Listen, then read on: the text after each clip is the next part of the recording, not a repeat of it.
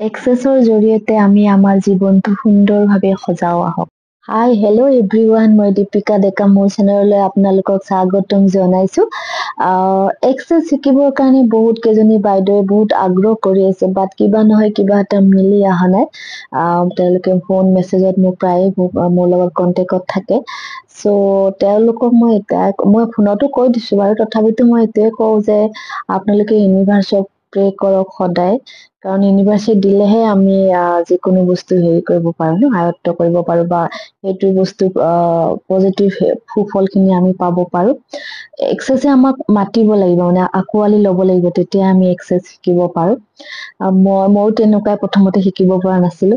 মোৰ নিচিনা আৰু বহুত মানুহে এক্সেছ শিকিছে, যিয়ে নেকি প্ৰথমবাৰ তেওঁলোকে বহুত কিবা নহয় কিবা অজুহাত আহিছে তেওঁলোকৰো। চ' আপোনালোকে নিৰাশ নহব। আৰু এটা কথা আছে নহয়, সময়তকৈ আগতে একো বস্তু পোৱা নাযায়। ভগৱানে আমাৰ কাৰণে যিটো টাইম নিৰ্ধাৰণ কৰি থৈছে আমি তেতিয়াহে পোৱা যাব, নহয় জানো?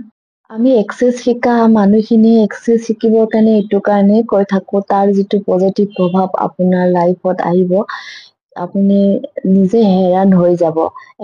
প্ৰতিখন ঘৰতে এজন হলেও এক্সেছ বাৰ জনা মানুহ থাকিব লাগে, প্ৰেক্টিচনাৰ থাকিব লাগে, কিয়নো ইয়াৰ যিটো পজিটিভ ইম্পেক্ট ন, আপোনাক ইমানখিনি বস্তু লৈ আপোনাক হেল্প কৰে। আমাৰ লাইফত চবৰে লাইফত থাকে মুখা পিন্ধা কিছুমান মানুহ, ফেক মানুহ, যিয়ে নেকি অভাৰ পজিটিভ, অভাৰ প্ৰটেক্টিভ হৈ থাকে লাইফত। আমি তথাপিতো মানে কেতিয়াবা আমি ধৰিব নোৱাৰো। মই এক্সেছ শিকাৰ পৰা মোৰ লাইফত ইমান বেছি মানুহ চিনি পোৱা মানে কি, মানুহ বিলাকে নিজে নিজে আঁতৰি যাবলৈ বাধ্য হয়, যিবিলাক ফেক মানুহ থাকে। নিজে নিজে লাইফৰ পৰা আঁতৰি গৈছে, আৰু যিবিলাক ভাল মানুহ আমি চিনি পোৱা নাছিলো তেওঁলোক বেছি ক্লজ হৈ যায়। যিসকল মানুহে আমাক মুখামুখি আমাৰ লগত শত্ৰুতা কৰে, তেওঁলোকতো বিৰাটেই ভাল, কাৰণ তেওঁলোকে মুখামুখি হয়, তেওঁলোক ৰিয়েল শত্ৰু। তেওঁলোকে কিন্তু আমাৰ ৰিয়েল মানে ইমান বেছি ক্ষতি কৰিব নোৱাৰে। বাট যিসকল মানুহে আমাৰ লগত শত্ৰুতা থাকিও মুখা পিন্ধি থাকে, মানে মিত্ৰ হৈ থাকে, তেওঁলোক কিন্তু চবতকে ডেঞ্জাৰ হয়। এই বস্তুটো চিনি পাবৰ কাৰণে এক্সেছে আমাক বহুত হেল্প কৰিছে। চ' তাক ফাৰ্ষ্ট অফ অলটো মই ইউনিভাৰ্চক ধন্যবাদ দিছো এক্সেছৰ লাইফত আহিব পোৱাৰ কাৰণে। আৰু এনেকুৱা মানুহ কিছুমানক চিনি পালো, যিয়ে নেকি খুব বেছি একদম মৰম আদৰত থাকাৰ এক্টিং কৰি আছিলে ইমান দিনে।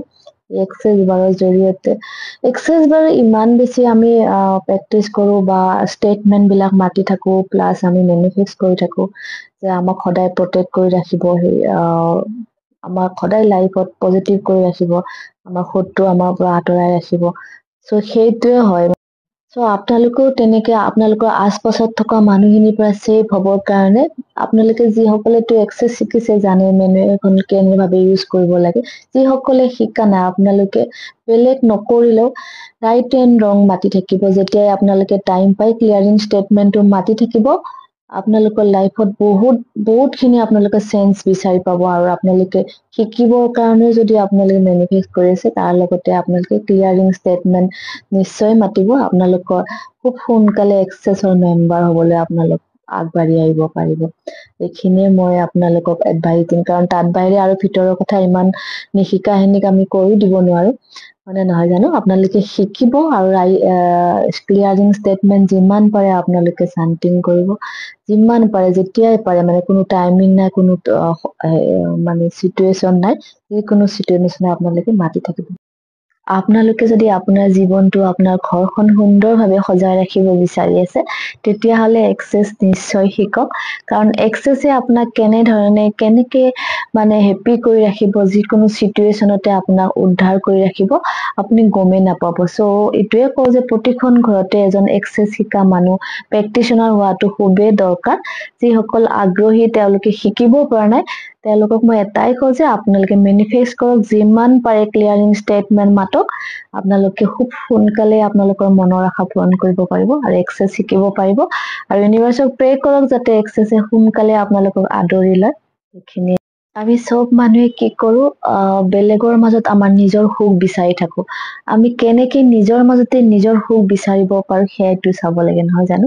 এক্সেছে শিকাৰ পিছত আপুনি নিজৰ মাজতে বিচাৰি পাব। নিজৰ সুখ শান্তি নিজৰ ফেমিলি মেম্বাৰ আৰু নিজৰ মাজত বিচাৰিব। আপুনি বেলেগৰ লগ বন্ধু বা কোনো ৰিলেটিভ বা কোনো চুবুৰীয়াৰ ওচৰত আপোনাৰ সুখ শান্তি বিচাৰি যাব লগা নহয় নিজৰ মাজতে সদায় হেপি থাকিব পাৰিব আৰু নিজৰ মাজতে নিজক ধুনীয়াকে সজাই ৰাখি ঘৰখন সজাই ৰাখিব পাৰিব সো এক্সেছ শিকক আপোনালোকে আৰু আমি বেলেগৰ মাজত কেতিয়াও সুখ বিচাৰি যাব নালাগে এক্সেছ শিকক আপোনালোকে এনেকুৱা বেছি ষ্ট্ৰং হ'ব ইমোচনেলি ষ্ট্ৰং হৈ নিজৰ মাজতে সুখ শান্তি বিচাৰি আমি ধুনীয়াকে আগুৱাই যাব পাৰিম আৰু লগতে যিসকলে এতিয়ালৈকে মোৰ চেনেলটো ছাবস্ক্ৰাইব কৰা নাই প্লিজ ছাবস্ক্ৰাইব কৰি ল'ব আৰু সদায় আশীৰ্বাদ দি যাব আৰু সদায় মই এনেদৰে আপোনালোকৰ মাজত ভিডিঅ' লৈ আহিম